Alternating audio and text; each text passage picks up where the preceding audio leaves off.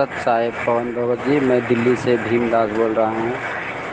मैं आपसे ये पूछना चाहता हूँ कि इतने सारे सबूत हम लोगों के पास आपके पास मौजूद है, तो क्या हम लोग इधर के मैनेजमेंट के खिलाफ़ केस नहीं कर सकते हैं? ज्ञान आधार से जवाब दीजिए सत साहेब। सत्साई भगत जी, अपने पूज्य गुरुदेव जी के पास में गीता, वेद, कुरान, पुराण, बाइबल, गुरु ग्रंथ साहिब, 6 शास्त्र, 18 पुराण, कितने सबूत हैं कि परमात्मा कौन है। और ये जितने भी नकली संत महंत हैं ये दुनिया को भ्रमित कर रहे हैं, उनका जीवन नरक बना रहे हैं, ब्रह्मा विष्णु महेश देवी देवताओं की पूजा करवा रहे हैं। जबकि गुरु जी के पास तो सारे सबूत हैं कि ब्रह्मा विष्णु महेश देवी देवता परमात्मा नहीं है, इनकी भक्ति से मोक्ष नहीं हो सकता। और असली परमात्मा कौन है उसका भी सबूत है गुरु जी के पास। तो गुरु जी ने क्या कभी इन नकली संतों के ऊपर कोई मुकदमा किया या कभी कोर्ट में गए कि भाई ये लोग जो हैं मानव समाज का जीवन बर्बाद कर रहे हैं, लोगों से पैसा खा रहे हैं, वसूल रहे हैं, धर्म के नाम पे उल्टी साधना करवा रहे हैं? क्या कभी कोर्ट में गए गुरुजी? जबकि गुरुजी के पास तो सारे सबूत हैं। तो भगत जी, ठीक इसी प्रकार ये ज्ञान की लड़ाई है। ये लड़ाई केस और मुकदमों की नहीं है। ना तो आप और हमारी इतनी औकात है कि हम केस और मुकदमे लड़ सकें, ना हमारे पास में इतना कोई पैसा है कि हम लोग कोर्ट में जाके खड़े हो सकें। और कोर्ट में जाके खड़े हो गए तो ये मैनेजमेंट के गुंडे ले लेके लठ वहाँ पे गाड़ियाँ भर भर के आ जाएंगे। तुम कितनी बार तारीखों पे जाओगे? दूसरी बात, पीछे से हमारी आर्थिक स्थिति ऐसी नहीं है, हम लोग अगर धंधा नहीं करेंगे तो खाएंगे क्या? रोज़ाना कोर्टों के चक्कर काटते रहेंगे तो पीछे से बाल बच्चे क्या खाएंगे? तो भगत जी, ये अध्यात्म है और ये ज्ञान की लड़ाई है।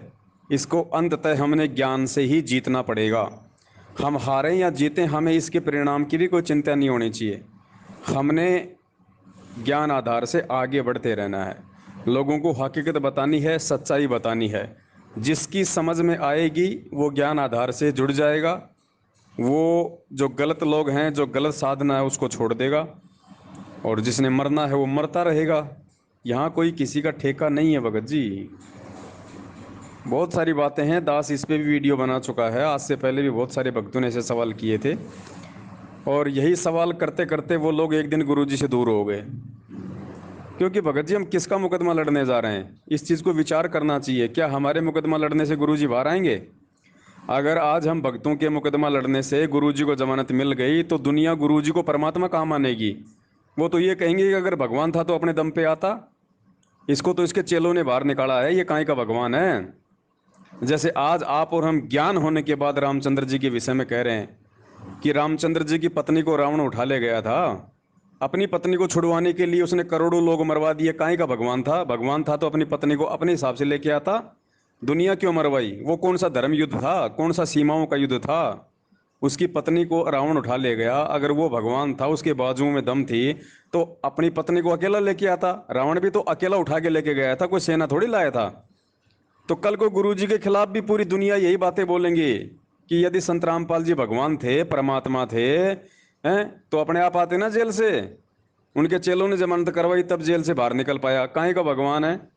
तो भगत जी, हमने हर चीज़ को सोचना समझना पड़ेगा। परमात्मा तो अपने हिसाब से सारे काम करेगा, लेकिन हम जो है अपने कर्म खराब कर लेंगे इस तरह के गलत कदम उठा के। तो हमने परमेश्वर को परमेश्वर मान के चलना भाई। गुरुजी तो खुद अपनी वाणी में कहते हैं, भाई कर ले मुकदमा, भाई भाई कर ले गुरु वकील, मुकदमा भारी है। हमारा खुद का केस तो धर्मराज के दरबार में लंबित पड़ा है, और हमारा वकील हमारा गुरु बन के धर्मराज से हमारी जमानत करवाएगा, सतलोक ले जाएगा। हम किसकी जमानत करवाएंगे यहाँ पे? तो ये आज परमात्मा क्यों बैठे हैं, अब इसके रीजन बताने के लिए तो हम लाइव आते हैं कि भैया ये संगत का परमात्मा ज्ञान योग खोलना चाहते हैं, संगत को परमात्मा ज्ञान आधार से सद्बुद्धि देना चाहते हैं। अगर कोई लेना चाहे तो मैनेजमेंट से पीछे हटो, गुरु जी के परिवार वालों से पीछे हटो, ज्ञान आधार से जुड़ो, गुरु को परमात्मा मानो, अपनी भक्ति करो, संसार से विरक्त हो। बस सीधी सी बात गुरु जी समझाना चाहते हैं बरवाला कांड के माध्यम से। अब यदि हम ठेकेदार बन गए गुरु जी को बाहर निकालने के, तो भगत जी फिर हम कभी जिंदगी में बाहर नहीं निकल पाएंगे, क्योंकि फिर हम गुरु को मानुस मान लेंगे। ऐसी हरकत करने वाला आदमी फिर गुरु जी को मानुस समझेगा, और फिर कहते हैं गुरु मानुस कर जानते वो नर कहीं अंध होए, दुखी संसार में फिर आ गए यम के फंद। तो हम उड़जते ही चले जाएंगे। अगर हमने गुरु जी को अपने जैसा मान लिया या अपने जैसा ना मान के हमने ऐसी कोई उल्टी हरकत भी कर दी, गुरु जी के मुकदमे लड़ने की, गुरु जी को बाहर निकलवाने की, गुरु जी की जमानत करवाने की, भगत जी हम अपने जीवन को सत्यानाश कर लेंगे, जैसे मैनेजमेंट अपने जीवन को बर्बाद कर चुका है। तो ये परमात्मा है, ये अपने काम अपने हिसाब से करेगा। इसने हमें जो ड्यूटी दे रखी है वर्तमान में, हमने केवल उतना ही काम करना है मर्यादा में रह के, इससे ज़्यादा नहीं भगत जी। बाकी काम परमात्मा का है। सत साहेब, जय हो बंदी छोड़ के।